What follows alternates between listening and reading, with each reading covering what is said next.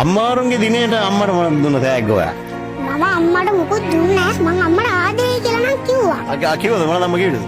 අම්මා මගේ පුතා හොඳට ඉගෙන ගන්න කියලා කිව්වා. අයියේ එහෙම කිව්වා. දැන් අම්මාවරුන්ගේ දවසේ දැක්කද ටීවී එකේ ගොඩක් දේවල් ගියා. මොනවද දැක්කේ? ඔව් සර් මේ ඇක්සිඩන්ට් එකක් වුණේ. මේ කතරගම බස්. ඔව් මේ බස් එකට යට වෙලා අම්මා කෙනෙක් දරුවෙක් මේ දරුවව අතාරින්න නැතුව බස් එකෙන් අල්ලන් ඉන්නවා. මේ දරුවව අතින් අල්ලන් ඉන්න බස් එකට යට වෙලා ඒ කියන්නේ සර් අර බස් එකට යට වෙලා අපි දෙයක් අතාරින්න ඕනේ බස් දෙයකට යට වුණා. අපේ අතේ තියෙන සියල්ලම ඒ වගේ අම්මා දරුවව අතාරින්න නැතුව බස් එකට යට වෙලා අල්ලන් හිටියා. මගේ දැක්කනේ. ඔව් සර්. මේ අම්මගේ සම මේ ඇහැට කඳුලක් එක්කලා එන්නේ.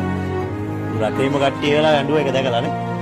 වඩා දැනුණා අම්මා ගැන ගොඩක් ආදරේ දැනුණා ඊට පස්සේ. ඔව් අම්මා මගේ අම්මත් එහෙම වෙන්නේ. අපිට කරදරයක් වෙනවලවක අම්මා පිට වෙනවා. අපේ අම්මලා විතරක් නෙවෙයි ලෝකෙ ඉන්න හැම අම්මලාගෙම එහෙම නේද? නේද පුතේ?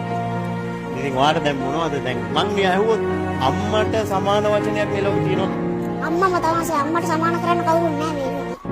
උණුහුම මටම දිදී ඒ හිතලේ නිදී